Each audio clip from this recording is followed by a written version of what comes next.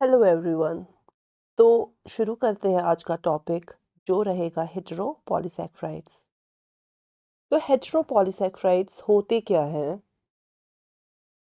These are the polysaccharides composed of different types of sugars or their derivatives। ये ऐसे carbohydrates होते हैं जो एक से ज़्यादा तरह के मोनोसेकेराइड यूनिट्स या शुगर्स के बने होते हैं या शुगर के डेरिवेटिव से मिलकर बने होते हैं।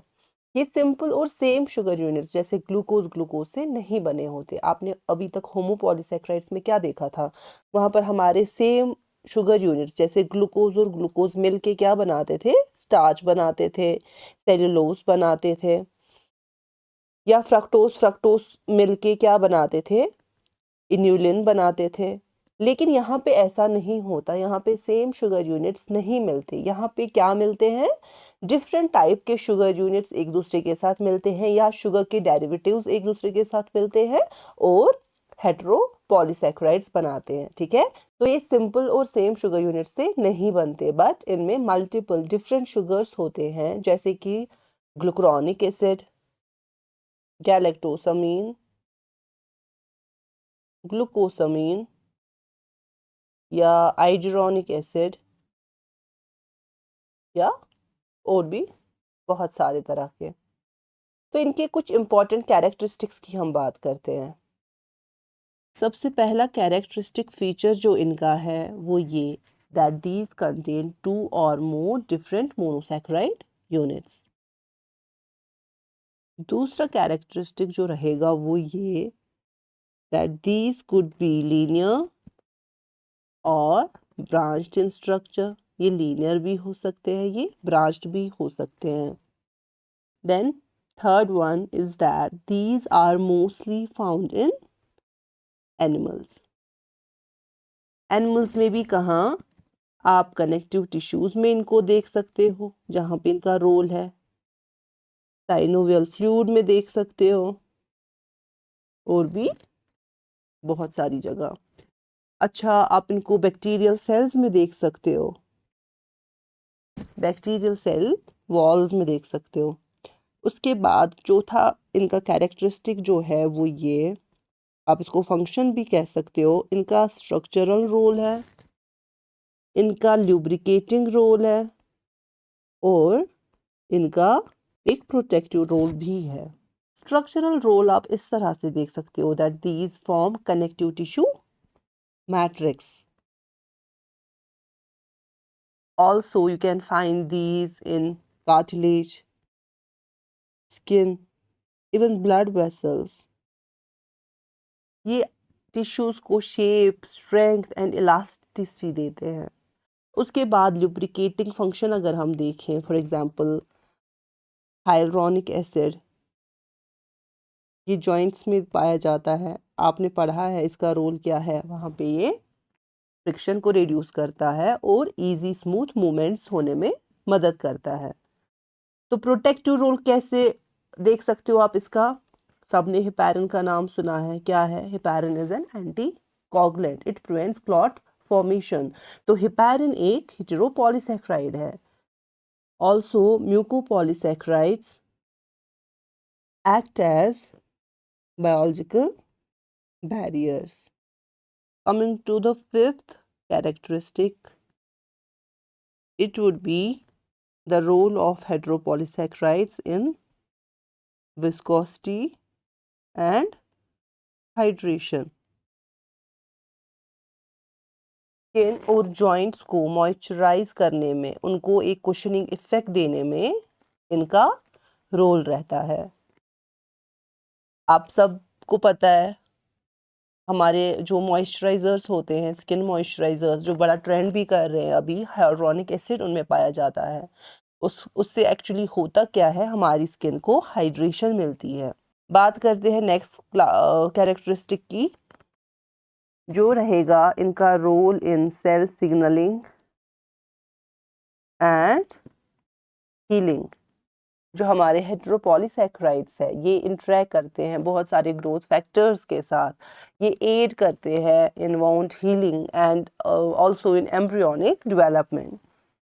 And the last feature of these would be in medical field. These have medical relevance also. कैसे? heparin again because anticoagulant है तो heparin को यूज किया जाता है एज अ ब्लड थिनर. या hyaluronic एसिड, जैसे कि मैंने कहा आपको, hyaluronic एसिड को कहाँ पे यूज किया जाता है? उसको यूज किया जाता है इन कॉस्मेटिक्स, जैसे हमारी स्किन के मॉइस्चराइजर्स या हमारी जॉइंट इंजेक्शंस में इसको यूज किया जाता है. ऑल्सो कुछ डिजीजेस भी इसके साथ एसोसिएटेड है. For example deficiency of GAG degrading glycosaminoglycan degrading enzymes, जो कि एक जेनेटिक डिजीज है. इन एंजाइम्स की डिफिशियंसी से होता क्या है? एक जेनेटिक डिजीज होती है जिसको हम म्यूको पॉलीसैकेराइडोसिस भी बोलते हैं. इसके अलावा और भी कुछ डिजीजेस है जैसे हर्लर सिंड्रोम या हंटर सिंड्रोम, ये भी हमारे हेटेरोपॉलीसैकेराइड से एसोसिएटेड है. अच्छा, हेटेरोपॉलीसैकेराइड्स का और एक इम्पॉर्टेंट नाम है, उनको आप हेटेरोग्लाइकन्स भी बोल सकते हैं. ठीक है, जो हमारे हेटेरोपॉलीसैकेराइड्स है इनको आप हेटेरोग्लाइकन्स भी बोल सकते हैं. आगे बढ़ते हैं तो आते हैं मेजर क्लासेस ऑफ हेटेरोपॉलीसैकेराइड्स पे. तो हेटेरोपॉलीसैकेराइड्स के कौन से मेजर क्लासेस या टाइप्स है? तो इसको मैं कैटेगराइज करूंगी इनटू 3 ग्रुप्स. सबसे पहले, जो कि बहुत इम्पॉर्टेंट भी है, ग्लाइकोसामिनोग्लाइकन्स. ये पहला ग्रुप रहेगा जिसको आप शॉर्ट फॉर्म में गैग्स भी बुला सकते हो, या आप इसको म्यूकोपॉलीसैकेराइड्स भी बुला सकते हो. इन्हीं का दूसरा नाम म्यूकोपॉलीसैकेराइड्स है. तो पहला ग्रुप कौन सा रहेगा? ग्लाइकोसामिनोग्लाइकन्स या म्यूकोपॉलीसैकेराइड्स. दूसरा ग्रुप रहेगा म्यूरिन और peptidoglycan.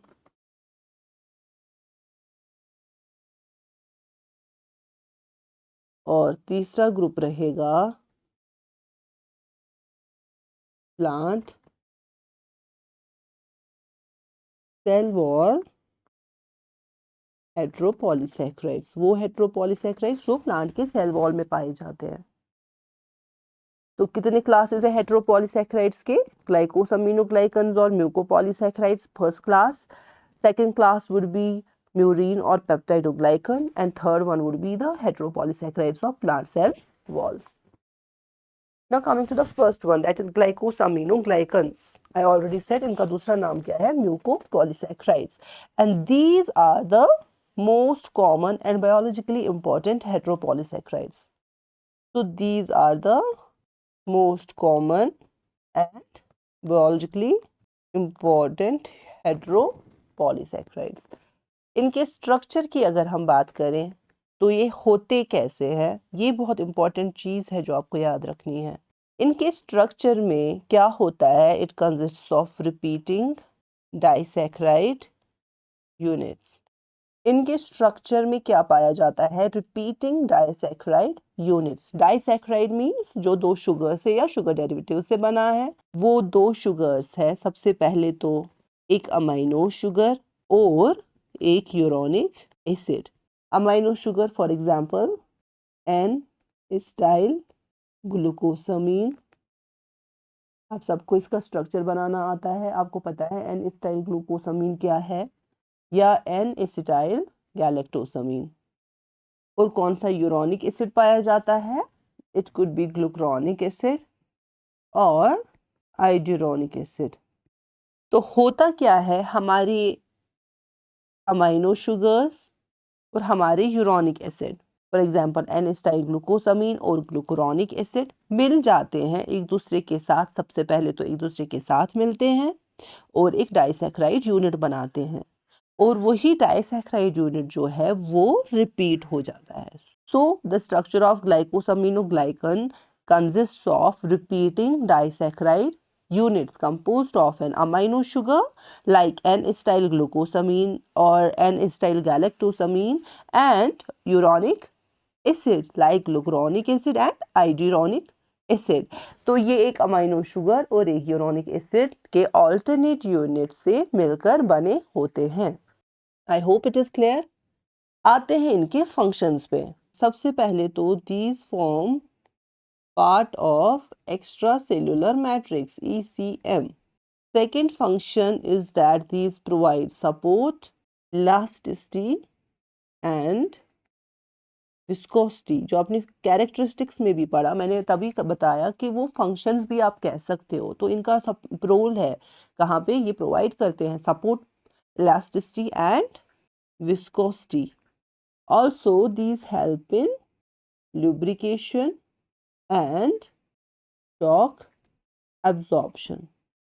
So these are some important functions of glycosaminoglycans. So how many categories are there in glycosaminoglycans? इसमें आप बहुत सारे डिफरेंट तरह के ग्लाइकोसामिनोग्लाइकन्स देख सकते हो, जैसे कि hyaluronic acid, chondroitin sulphate, heparin, dermatan sulphate and keratin sulphate.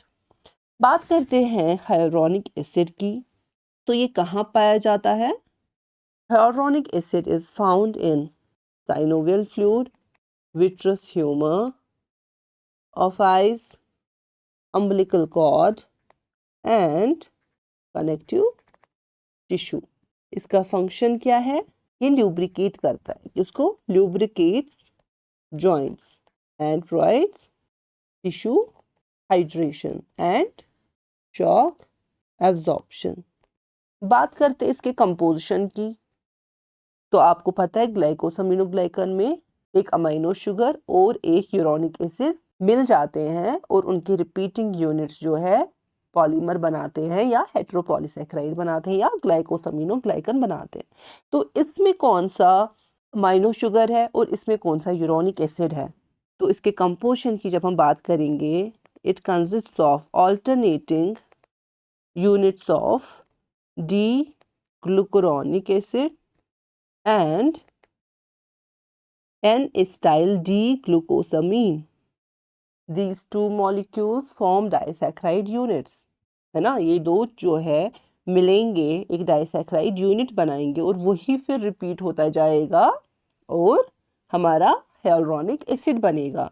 तो डी ग्लूकुरोनिक एसिड और N-acetyl D-glucosamine मिल जाते हैं सबसे पहले, और इनके बीच में कौन सा बॉन्ड है अगर आप याद रखना चाहो तो ये लिंकेज जो इनमें पाई जाती है that is β1,3.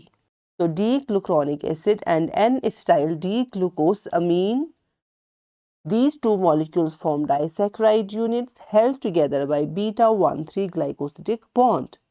It contains about 250 to 25,000 disaccharide units held together by β1,4 bonds. इसका मतलब ये दो जो है ये सबसे पहले β1,3 लिंकेज बनाते हैं. यही डाइसैकेराइड यूनिट्स फिर एक दूसरे के साथ मिलते हैं और कौन सी बॉन्डिंग रहती है? β1,4. तो हाइलुरोनिक एसिड में दो तरह के बॉन्ड्स पाए जाते हैं, β1,3 और β1,4. β1,3 कहाँ पे पाया जाता है? डाइसैकेराइड यूनिट बनने में β1,3 का रोल है और उन डाइसैकेराइड्स को मिला के पॉलीमर बनाने में फिर β1,4 का रोल है. इसका स्ट्रक्चर बनाती हूँ मैं, उससे आपको क्लियर हो जाएगा. तो सबसे पहले हम बनाते हैं D glucuronic acid.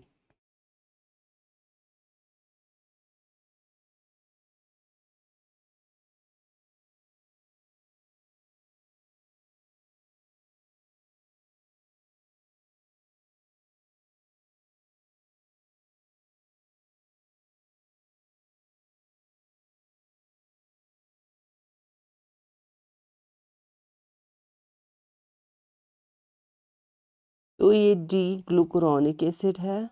I hope D glucuronic acid का स्ट्रक्चर आप सबको बनाना आता होगा, आपने रिएक्शंस में पढ़ा है। जहाँ पर हमारा कार्बन नंबर 6 पे COOH ग्रुप रहता था, हमारे ग्लूकोज से ग्लूकुरोनिक एसिड होता था जब ऑक्सीडेशन हो जाती थी ऑफ कार्बन नंबर 6। तो यहाँ पर वही COOH ग्रुप है कार्बन नंबर 6 पे, बाकी स्ट्रक्चर ग्लूकोज का सेम है। और ये हमारा कार्बन नंबर 1 है, एनोमेरिक कार्बन। ये बॉन्ड बनाता है किसके साथ? एन-एसिटाइल डी ग्लूकोसामीन या एन-एसिटाइल ग्लूकोसामीन। तो इसको मैं शॉर्ट फॉर्म में लिखती हूँ, ग्लिकनैक। तो ये हमारा एन-एसिटाइल ग्लूकोसामीन है और इसके कार्बन नंबर 3 पे ये कार्बन नंबर 1 है, ये 2 है और ये 3 है। तो यहाँ पर बॉन्डिंग हमारी हो जाती है first sugar that is D glucuronic acid के कार्बन नंबर 1 और ग्लिकनैक के कार्बन नंबर 3 के OH के साथ। तो बॉन्डिंग 1-3 बीटा 1-3 रहती है। और यही यूनिट जो है हमारा डाइसैक्राइड यूनिट, यही रिपीट हो जाता है n टाइम्स और यहाँ पे जो बॉन्डिंग हो जाती है that is beta 1-4। That means ये वाला जो हमारे ग्लिकनैक का जो कार्बन नंबर 1 है, ये अब हमारे डी ग्लूकुरोनिक एसिड के carbon number 4 which is this one. Okay, अगर आप ग्लूकुरोनिक एसिड का स्ट्रक्चर यहाँ पे बना लें तो उसके कार्बन नंबर 4 के साथ इसका बॉन्ड बनेगा। So here it would B beta 1-4 और डाइसैक्राइड के बीच में यहाँ पर जो है हमारा बीटा 1-3 बॉन्ड है। आई होप ये चीज़ आपको क्लियर हो गई होगी। तो this is the structure of hyaluronic acid. और यहाँ पर क्या है? एक अमाइनो शुगर है एन-एसिटाइल ग्लूकोसामीन और हमारा एक यूरोनिक एसिड है डी ग्लूकुरोनिक एसिड, जिनके बीच में बीटा 1-3 लिंकेज हो जाती है, एक डाइसैक्राइड यूनिट बनता है और वही डाइसैक्राइड यूनिट हमारा जुड़ के वया बीटा 1-4 लिंकेज हमारा एक पॉलीमर बनाता है, हमारा एक पॉलीसैकेराइड बनाता है जिसको हम हाइलुरोनिक एसिड कहते हैं, जो कि एक हेटेरोपॉलीसैकेराइड है। हेटेरोपॉलीसैकेराइड क्यों है? क्योंकि यहाँ पर सेम ग्लूकोज यूनिट्स या सेम फ्रक्टोज यूनिट्स या कोई भी सेम शुगर यूनिट्स नहीं है। यहाँ पे अलग तरह के शुगर यूनिट्स एक दूसरे के साथ मिलके हमारा पॉलीसैकेराइड बना रहे हैं, इसीलिए हमारा एक हेटेरोपॉलीसैकेराइड है। तो यहाँ पे एक इम्पॉर्टेंट चीज़ है जो आपको याद होनी चाहिए, ह्यालुरोनिडेज। तो ह्यालुरोनिडेज क्या होता है? ये एंजाइम है। ए से आपको पता चलेगा कि ये ब्रेक कर रहा है। किसको ब्रेक कर रहा है? हाइलुरोनिक एसिड को। तो हाइलुरोनिक एसिड को जो एंजाइम ब्रेक करता है उसको हम ह्यालुरोनिडेज कहते हैं। So it is an enzyme that breaks hyaluronic acid. और हाइलुरोनिक एसिड की कौन सी लिंकेज को ये ब्रेक करता है? ये ब्रेक करता है क्योंकि उसमें 2 लिंकेज पाई जाती है, बीटा 1-3 एंड बीटा 1-4। तो हाइलुरोनिडेज जो है ये ब्रेक करता है बीटा 1-4 लिंकेज को। दैट मीन्स डाइसैक्राइड यूनिट्स को ये नहीं तोड़ता, लेकिन जो डाइसैक्राइड यूनिट्स 1 बीटा 1-4 लिंकेज से जुड़ रहे हैं उनको ये ब्रेक करता है, ठीक है। एंड अदर ग्लाइकोसमिनोग्लाइकन्स ऑल्सो, सिर्फ हाइलुरोनिक एसिड को ही नहीं, दूसरे ग्लाइकोसमिनोग्लाइकन्स को भी ये ब्रेक करता है। And this enzyme is present in high concentration in seminal fluid. ये चीज़ें आप याद रखोगे क्योंकि बहुत इंपॉर्टेंट है। Testis and in certain snake and insect venoms. तो सेमिनल फ्लूइड में जो इसका रोल है ये बहुत इंपॉर्टेंट है क्योंकि बहुत सारे एग्जाम्स में आपसे पूछा जाता है। यहाँ पे इसका फंक्शन क्या है हाइलुरोनिडेज का? Hyaluronidase of semen plays a role in fertilisation. Fertilisation में इसका रोल है। As this enzyme clears the gel around the ovum, हमारा जो ओवम होता है उसके अराउंड, उसके सराउंडिंग में एक जेल जैसा होता है जो हाइलुरोनिक एसिड का बना होता है। उसमें बहुत ज़्यादा कॉन्सेंट्रेशन में हाइलुरोनिक एसिड पाया जाता है। और हाइलुरोनिडेज एंजाइम हमारे किस में पाया जाता है? सेमिनल फ्लूइड में या सीमन में। वहाँ जाके क्या करता है? इस हाइलुरोनिक एसिड को जो है ब्रेक करता है। और जब ये ब्रेक होता है तभी एक स्पर्म जो है वो एंटर हो पाता है में और फर्टिलाइजेशन हो जाती है। इसका रोल बैक्टीरिया में भी देख सकते हैं हम, क्योंकि बैक्टीरिया में जो हाइलुरोनिडेज है it helps in their invasion into animal tissues. Okay, bacteria में इन्वेजन में ये मदद देता है। अब बात करते हैं कॉन्ड्राइटिन सल्फेट की। तो कॉन्ड्राइटिन सल्फेट कहाँ पे पाया जाता है? कार्टिलेज में, टेंडन्स में, लिगामेंट्स में, इवन हमारे कॉर्निया में भी पाया जाता है। और इसका रोल क्या है? ये प्रोवाइड करता है रेजिस्टेंस टू कॉम्प्रेशन। इसके स्ट्रक्चर की अगर हम बात करें तो इसका स्ट्रक्चर सिमिलर है to hyaluronic acid, but it consists of repeating units of disaccharide which is composed of D-glucuronic acid, जैसे कि हाइलुरोनिक एसिड में भी पाया जाता है तो यहाँ पे भी डी ग्लूकुरोनिक एसिड पाया जाता है, लेकिन यहाँ पे एन एसिटाइल ग्लूकोसामीन की जगह क्या पाया जाता है, एन एसिटाइल गैलेक्टोसामीन, वो भी सल्फेटेड, जो कार्बन नंबर 4 पे सल्फेटेड है, तो it is N acetyl D galactosamine 4 sulphate. अगर हमारे एन एसिटाइल डी गैलेक्टोसामीन में कार्बन नंबर 4 पे सल्फेट है तो हमारा कॉन्ड्राइटिन सल्फेट है, कॉन्ड्राइटिन 4 सल्फेट भी इसको बुलाते हैं, ठीक है। लेकिन अगर यही सल्फेट ग्रुप हमारे कार्बन नंबर 6 पे होगा तो it would be chondroitin 6 sulphate, ठीक है। ये वाला हमारा कॉन्ड्राइटिन 4 सल्फेट है। तो इसके स्ट्रक्चर में हाइलुरोनिक एसिड की तरह ही ग्लूकुरोनिक एसिड है, लेकिन एन एसिटाइल डी ग्लूकोसामीन लिखना की जगह इसमें गैलनैक है, ठीक है। इसमें एन एसिटाइल डी गैलेक्टोसामीन है with sulfate group at carbon number 4, so it is N acetyl D galactosamine 4 sulfate। तो इसका स्ट्रक्चर बनाते हैं जिस तरह से आपने हाइलुरोनिक एसिड का बनाया वैसे ही इसका भी हम ग्लूकुरोनिक एसिड बनाएंगे पहले।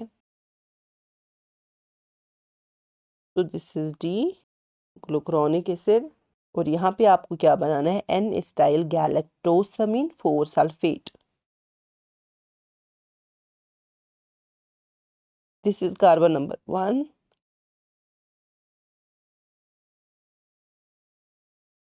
this is carbon number 2 containing H, and instead of OH there would be NHCOCH3 because it is an amino sugar। तो कार्बन नंबर 2 पे क्या होगा, एसिटाइल अमीन ग्रुप होगा, यहाँ पे हाइड्रोजन होगा एट थर्ड और बीटा 1,3 लिंकेज होगी, तो इन दो के बीच में बॉन्ड बनेगा, carbon number 3 and carbon number 1 of D glucuronic acid. और यहाँ पे हमारा जो कार्बन नंबर 4 है यहाँ पे सल्फेट ग्रुप रहेगा, so instead of OH there would be OSO3 negative, okay. तो दिस इज बीटा 1,3 लिंकेज, ये क्या है, ये एन एसिटाइल गैलेक्टोसामीन है या गैलनैक मैं लिख सकती हूँ इसको शॉर्ट फॉर्म में, but it is 4 sulphate, GalNAc 4 sulphate, N acetyl galactosamine 4 sulphate. तो ये किसका स्ट्रक्चर हो गया, दिस इज कॉन्ड्राइटिन सल्फेट और कॉन्ड्राइटिन 4 सल्फेट। और यहाँ पे कौन सी बॉन्डिंग होगी, जो हमारा ये गैलनैक 4 सल्फेट है इसके कार्बन नंबर 1 की बॉन्डिंग हो रही है अब हमारे नेक्स्ट शुगर की, जो क्या होगा, डी ग्लूकुरोनिक एसिड होगा, और यहाँ पे जो लिंकेज है it would B beta 1 4। Again जिस तरह से आपके हाइलुरोनिक एसिड में है उसी तरह से यहाँ पे भी होगा। So this is chondroitin 4 sulphate. अच्छा, अगर हमारे 4 की जगह कार्बन नंबर 6 यानी कि जो CH2OH है यहाँ पे सल्फेट होगा, then it would be chondroitin 6 sulphate, okay. But जब हम कॉन्ड्राइटिन सल्फेट बोलते हैं it usually is chondroitin 4 sulphate. और ये कहाँ पाया जाता है, कार्टिलेज में, टेंडन्स में, लिगामेंट्स में एंड इवन कॉर्निया में। प्रोवाइड्स रेजिस्टेंस टू कॉम्प्रेशन, बचाता है हमारी बॉडी को कॉम्प्रेशन से, हमारे टेंडन्स लिगामेंट्स है ना, हमारे मसल्स पे स्ट्रेस पड़ता है, हमारे बोन्स पे स्ट्रेस पड़ता है, तो टेंडन्स लिगामेंट्स हमें उस चीज़ से, उस कॉम्प्रेशन से बचाते हैं, तो ये प्रोवाइड करते हैं रेजिस्टेंस टू कॉम्प्रेशन। हमारे आई के कॉर्निया में वहाँ पे हमारा कॉन्ड्राइटिन सल्फेट पाया जाता है, again provides resistance to compression, तो इसका प्रोटेक्टिव सपोर्टिंग रोल है। इसका स्ट्रक्चर सिमिलर है to hyaluronic acid with certain modification. So यहाँ पे एक तो सल्फेट ग्रुप आपको एडिशनल मिल रहा है और यहाँ पे आपको सल्फेट ग्रुप एक्स्ट्रा मिल रहा है, बाकी सारा इनका स्ट्रक्चर, इनकी बॉन्डिंग सेम ही है। और instead of glucosamine here you can see there is the presence of galactosamine, okay. Now coming to another example of GAC, which is heparin. It is an anticoagulant, you all know that, and it occurs in blood, lungs, liver, kidneys, spleen etc. और इसका function क्या है, ये एक anticoagulant है, okay, and also it help in the release of the enzyme lipoprotein lipase which helps in clearing the turbidity of lipemic plasma. Okay, और इसके structure की अगर हम बात करें, it is composed of alternating units of N-sulfo, D-glucosamine 6-sulfate and glucuronate 2-2-सल्फेट। तो heparin के structure में कौन सी दो चीजें पाई जाती है, कौन सा डाइसैक्राइड रिपीटिंग डाइसैक्राइड यूनिट पाया जाता है? It is N sulpho D glucosamine six sulphate and glucuronate two sulphate. आप याद रखना चाहे तो रख सकते हैं। तो इसका स्ट्रक्चर अगर मैं बनाऊं तो इसका स्ट्रक्चर कुछ इस तरह से होगा।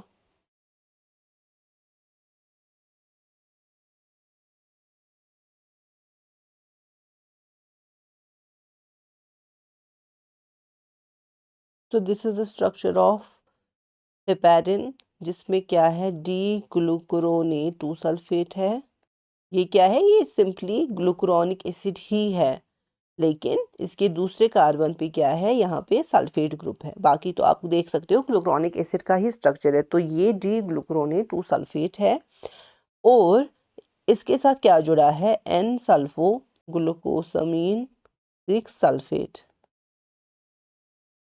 आप देख सकते हो यहाँ पे कार्बन नंबर 2 पे भी एक सल्फेट ग्रुप है और कार्बन नंबर 6 के पास भी सल्फेट ग्रुप है। तो इट इज एन, क्योंकि ये एन के साथ अमाइनो ग्रुप के साथ जुड़ा है, तो it is N sulpho glucosamine six sulphate. और इसी के एन यूनिट्स जुड़ जाते हैं और क्या बनाते हैं, हेपेरिन बनाते हैं। और यहाँ पे जो लिंकेज पाई जाती है, इट इज अल्फा 1-4।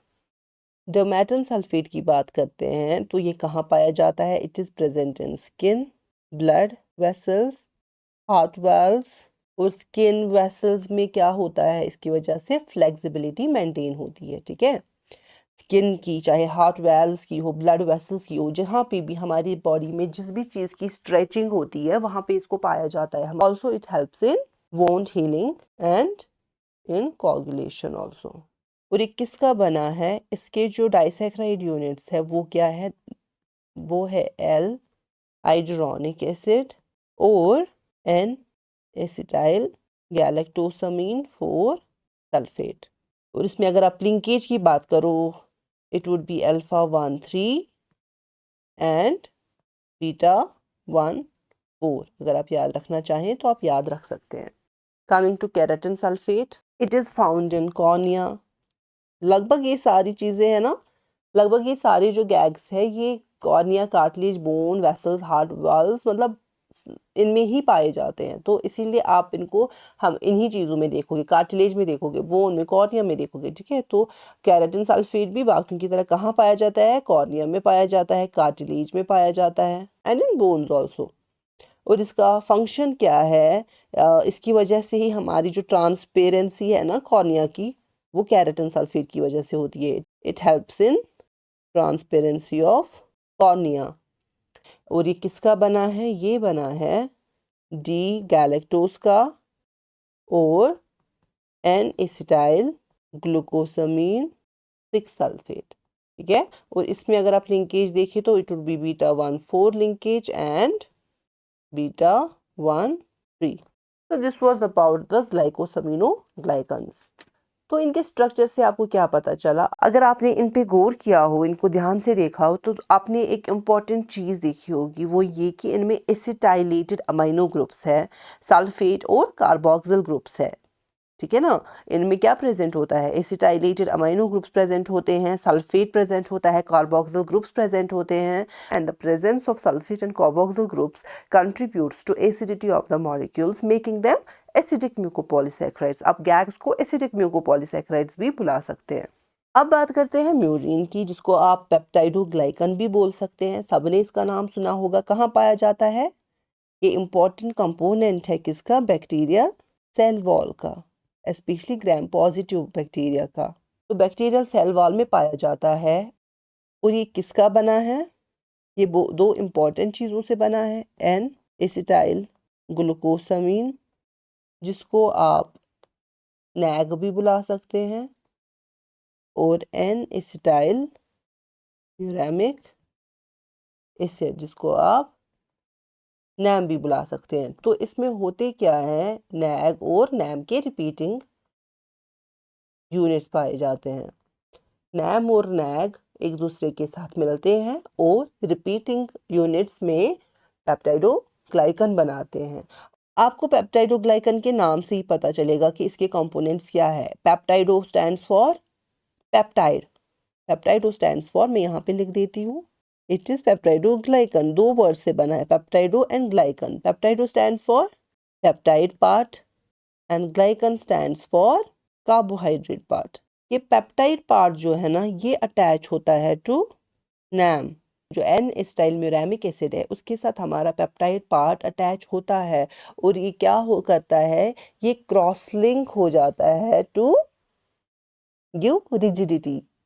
तो पेप्टाइडोग्लाइकन में पेप्टाइड पार्ट है और कार्बोहाइड्रेट पार्ट है। पेप्टाइड पार्ट मींस पेप्टाइड होता है, एक पेप्टाइड चेन होता है। ये यूजुअली टेट्रापेप्टाइड होता है, ये आप याद रखेंगे, हमें आगे पढ़ना भी है ये डिटेल में। तो ये टेट्रापेप्टाइड होता है। इनिशियली ये पेंटापेप्टाइड होता है, फिर एक का रिमूवल हो जाता है जब क्रॉस लिंकिंग होती है, तो इवेंचुअली ये टेट्रापेप्टाइड रहता है। तो आप ऐसे कह सकते हैं कि जो पेप्टाइड पार्ट है पेप्टाइडोग्लाइकन का, इट इज़ अ टेट्रापेप्टाइड। और ये किसके साथ अटैच होता है, नैम के साथ। और होता क्या है, इसकी वजह से क्रॉस लिंकिंग हो जाती है and that cross linking gives rigidity to the cell wall. और जो ग्लाइकन पार्ट है, it consists of repeating disaccharide units NAM and NAG. यही रिपीटिंग यूनिट्स में क्या बनाते हैं, कार्बोहाइड्रेट पार्ट ऑफ पेप्टाइडोग्लाइकन बनाते हैं। और इसमें कौन सी लिंकेज होती है, अगेन बीटा 1 4 लिंकेज होती है to form a long chain, or you can say to form long chains which are then cross-linked via tetrapeptides. This cross-linking causes it to become it makes it a rigid structure, and this rigid structure provides stability, strength, rigidity bacterial cell wall को इसी से मिलती है। और कुछ antibiotics है हमारे, जैसे पेनिसिलिन, वो क्या करते हैं, वो हमारे बैक्टीरिया को कैसे किल करते हैं, वो टारगेट करते हैं इसी पेप्टाइडोग्लाइकन को। जो हमारा पेप्टाइडोग्लाइकन है बैक्टीरियल सेल वॉल में, हमारे कुछ एंटीबायोटिक्स लाइक पेनिसिलिन जो है वो इसी को इनहिबिट करते हैं या टारगेट करते हैं, पेप्टाइडोग्लाइकन सिंथेसिस को इनहिबिट करते हैं, और जिसकी वजह से हमारे बैक्टीरिया की ग्रोथ रुक जाती है। तो यहाँ पे हमें इतना ज़्यादा नहीं पढ़ना है, बस यहाँ पे आपको ये देखना है कि इसमें कार्बोहाइड्रेट पार्ट है, नैम है, nag linked by beta 1 4 linkage, इसके साथ पेप्टाइड पार्ट भी है जो अटैच होता है टू नैम। ठीक है, तो ये कुछ चीज़ें हैं जो आपको यहाँ पे याद रखनी है। यहाँ पे हम उतना डिटेल में नहीं पढ़ेंगे क्योंकि हमें इसको आगे जब हम बैक्टीरियल सेल वॉल पढ़ेंगे वहाँ पर हमें इस चीज़ को डिटेल में पढ़ना है। अब आते हैं प्लांट सेल वॉल हेटेरोपॉलीसैकेराइड्स पे, जिसमें आपकी दो इम्पॉर्टेंट एग्जाम्पल्स रहेंगी, एक पेक्टिन और एक हेमीसेल्युलोज। पेक्टिन क्या है, this is rich in galacturonic acid and it is found in fruits and vegetables. इसका फंक्शन क्या है, ये हेल्प करता है राइपनिंग में या जेलिंग में। हमारा जो जेलिंग ऑफ फ्रूट जूसेस है, जैम्स और जेली बनाना, वो पेक्टिन की वजह से ही पॉसिबल होता है। तो हेमिसेल्युलोज क्या है, हेमिसेल्युलोज किसका बना है, ये जाइलोज का बना है, अरेबिनोज का बना है, these are sugars, okay. Xylose, arabinose, galactose हमारे, या इवन मैनोस, ये सारे शुगर्स हमारे हेमिसेल्युलोज में पाए जाते हैं। और हेमिसेल्युलोज भी क्या करता है, ये प्रोवाइड करता है rigidity and bonding in plant cell walls. ये सेल्युलोज के साथ मिलकर एक स्ट्रॉन्ग मैट्रिक्स बनाता है। ठीक है, सो दिस कंप्लीट्स आवर हेटेरोपॉलीसैकेराइड्स। और इसके साथ ही हमारा चैप्टर जो है कार्बोहाइड्रेट्स का वो कंप्लीट होता है। तो इसके बाद आप क्या पढ़ना चाहोगे, आप प्लीज़ मुझे कमेंट बॉक्स में बताइए कि मैं इसके बाद कौन सा टॉपिक स्टार्ट करूं, क्योंकि कार्बोहाइड्रेट हमारा कंप्लीट है। क्या मैं प्रोटीन स्टार्ट करूं या आप चाहते हैं कि मैं कुछ और पढ़ाऊं, तो आपकी क्या रिक्वायरमेंट है आप मुझे कमेंट्स में बताइए, तो मैं अकॉर्डिंगली डिसाइड करूंगी कि मेरा नेक्स्ट चैप्टर क्या होगा। लेकिन उससे पहले हम एक इम्पॉर्टेंट टॉपिक पे आते हैं, ग्लाइकोप्रोटीन्स एंड प्रोटियोग्लाइकन्स पे, क्योंकि बहुत सारे बच्चों को कन्फ्यूजन हो जाती है ग्लाइकोप्रोटीन और प्रोटियोग्लाइकन, इनमें क्या डिफरेंस है, बहुत सारे बच्चों को ये पता ही नहीं रहता, तो इसीलिए ये टॉपिक मैं यहाँ पर ही ख़त्म करूँगी। तो ग्लाइकोप्रोटीन्स होते क्या है, प्रोटियोग्लाइकन्स होते क्या है, इनमें डिफरेंस क्या है, इनके फंक्शंस क्या है, ठीक है। ये सेम नहीं है, बहुत सारे बच्चों को ऐसा लगता है कि ये दो टर्म सेम है, नहीं ये सेम नहीं है, these are two different terms. जो ग्लाइकोप्रोटीन है इसके दो कंपोनेंट है, glyco stands for carbohydrate part and protein stands for protein, okay. और प्रोटियोग्लाइकन में भी proteo means protein and glycan means carbohydrate part, तो इसमें भी कार्बोहाइड्रेट पार्ट है, प्रोटीन पार्ट है, सेम यहाँ पे भी प्रोटीन है और यहाँ पे भी कार्बोहाइड्रेट है, तो दोनों में ही कार्बोहाइड्रेट है, दोनों में ही प्रोटीन है, तो what is the difference then? Difference है परसेंटेज में, किस में कार्बोहाइड्रेट ज़्यादा है और किस में प्रोटीन ज़्यादा है, वो इन चीज़ों को, वो इन दो को डिफरेंट बनाता है। आप याद रखेंगे जो लास्ट वाला पार्ट है वो मैक्सिमम होगा, ग्लाइकोप्रोटीन में प्रोटीन ज़्यादा है और प्रोटियोग्लाइकन में ये कार्बोहाइड्रेट ज़्यादा है, आप ऐसे याद रख सकते हो। तो जो लास्ट वाला होता है मेन जो स्ट्रक्चर में होता है वो वही होता है, तो ग्लाइकोप्रोटीन्स के स्ट्रक्चर में सबसे ज़्यादा प्रोटीन रहेगा और प्रोटियोग्लाइकन में प्रोटीन कम होगा और कार्बोहाइड्रेट ज़्यादा होगा। तो ये मेन इंपॉर्टेंट डिफरेंस है दोनों के बीच में कि ग्लाइकोप्रोटीन में प्रोटीन ज़्यादा है और प्रोटियोग्लाइकन में कार्बोहाइड्रेट का अमाउंट ज़्यादा है। तो इनको हम इस तरह से थोड़ा डिफ्रेंशिएट करके पढ़ेंगे।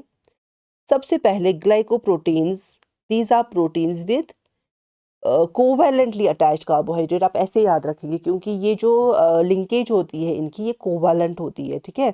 These are proteins with covalently attached carbohydrate और sugar chains, usually short and branched. लेकिन प्रोटियोग्लाइकन्स की जब हम बात करेंगे, these are proteins attached with long unbranched polysaccharides, specially GAGs, इनमें स्पेशली ग्लाइकोसमिनोग्लाइकन्स पाए जाते हैं, किनमें, प्रोटियोग्लाइकन्स में। और जो ग्लाइकोप्रोटीन्स है उनमें कार्बोहाइड्रेट चेन्स होती है जो बहुत शॉर्ट होती है लेकिन ब्रांच्ड होती है, और ये ऑलिगोसैकेराइड्स होते हैं, क्योंकि शॉर्ट चेन्स है तो ये दीज आर ऑलिगोसैकेराइड्स।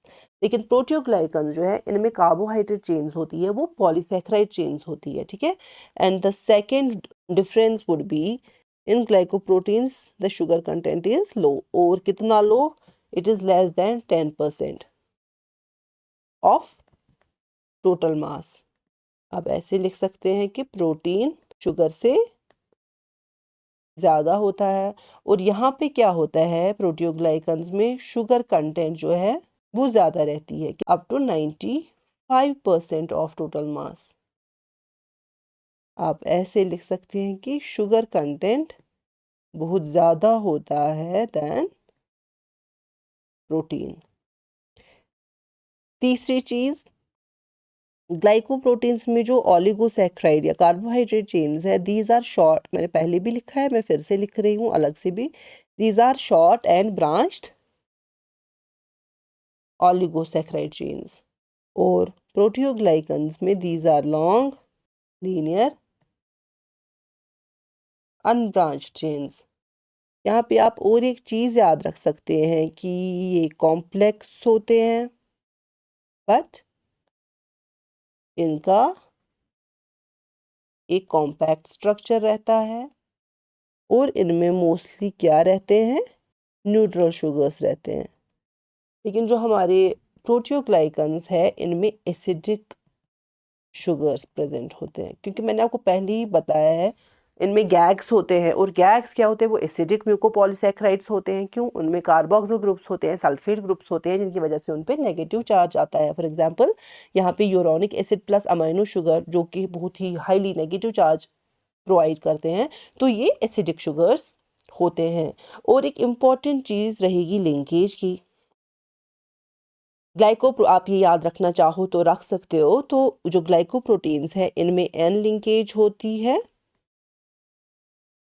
और ओ लिंकेज होती है यहाँ पे, लेकिन इसको डिस्कस नहीं कर सकते ज़्यादा। लेकिन यहाँ पे आप याद रखना चाहो तो याद रख सकते हो that in glycoproteins N linkage occurs via asparagine and O linkage via serine and threonine. and in proteoglycans gags are usually O-linked, ठीक है, via a specific trisaccharide linker to a serine residue। इतना आप याद रखो कि gags में O linkage होती है, ग्लाइकोप्रोटीन्स में N linkage and O linkage दोनों होती है, तो इतना आप अभी याद रख सकते हो। बात करते हैं इनके फंक्शंस की।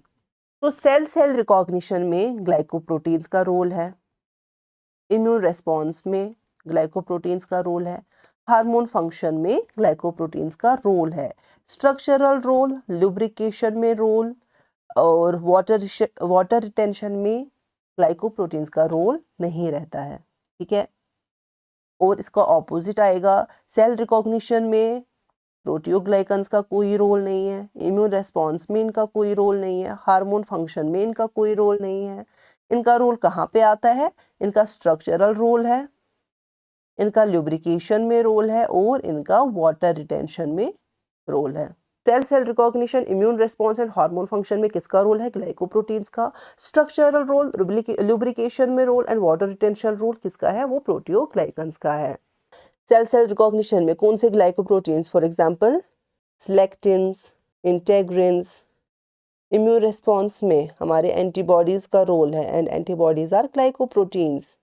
हार्मोन फंक्शन में for example TSH, thyroid stimulating hormone, follicle stimulating hormone, TSH, FSH, ये जो है ये ग्लाइकोप्रोटीन्स है और इनका ये हार्मोन्स है, तो हमारे ग्लाइकोप्रोटीन्स का हार्मोन रोल भी, हार्मोन फंक्शन भी है और ये फंक्शंस प्रोटियोग्लाइकन्स में देखने को नहीं मिलते हैं।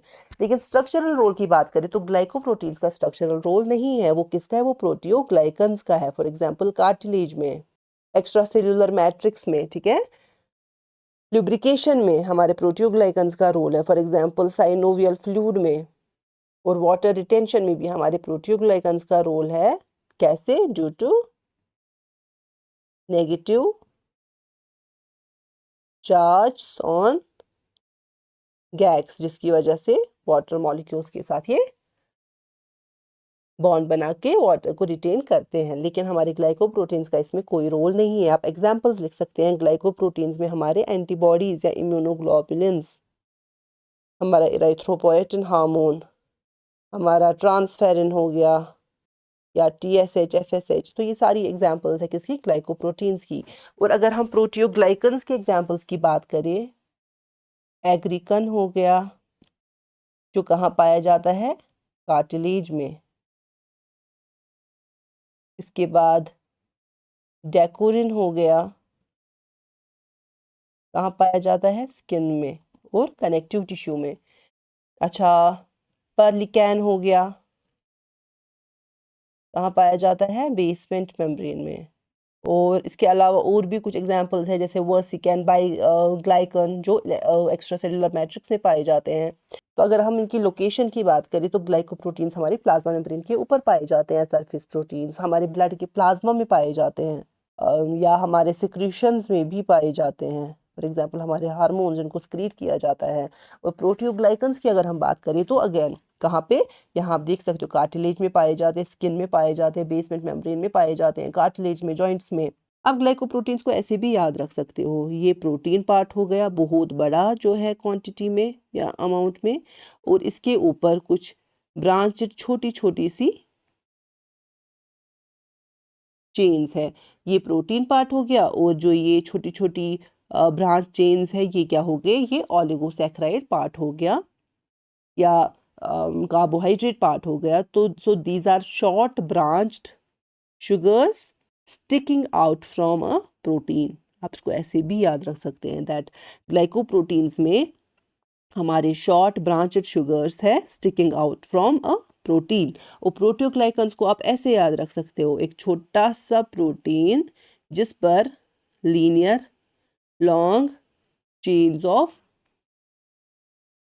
कार्बोहाइड्रेट प्रेजेंट है या शुगर प्रेजेंट है, या आप ऐसे कह सकते हैं लॉन्ग चेन लाइक गैग्स और polysaccharide chains, linear polysaccharide chains radiating out from a protein. ऐसे भी आप इनको याद रख सकते हो जिस तरह से आपको ईजी रहे। तो कुछ इंपॉर्टेंट पॉइंट जो इसके बारे में आप याद रखोगे कि glycoproteins have more protein, proteoglycans have more sugar. Glycoproteins have short sugars, proteoglycans have long glycosaminoglycan chains. Glycoproteins help in communication, cell-cell communication and immunity. Proteoglycans form part of electrocellular matrix.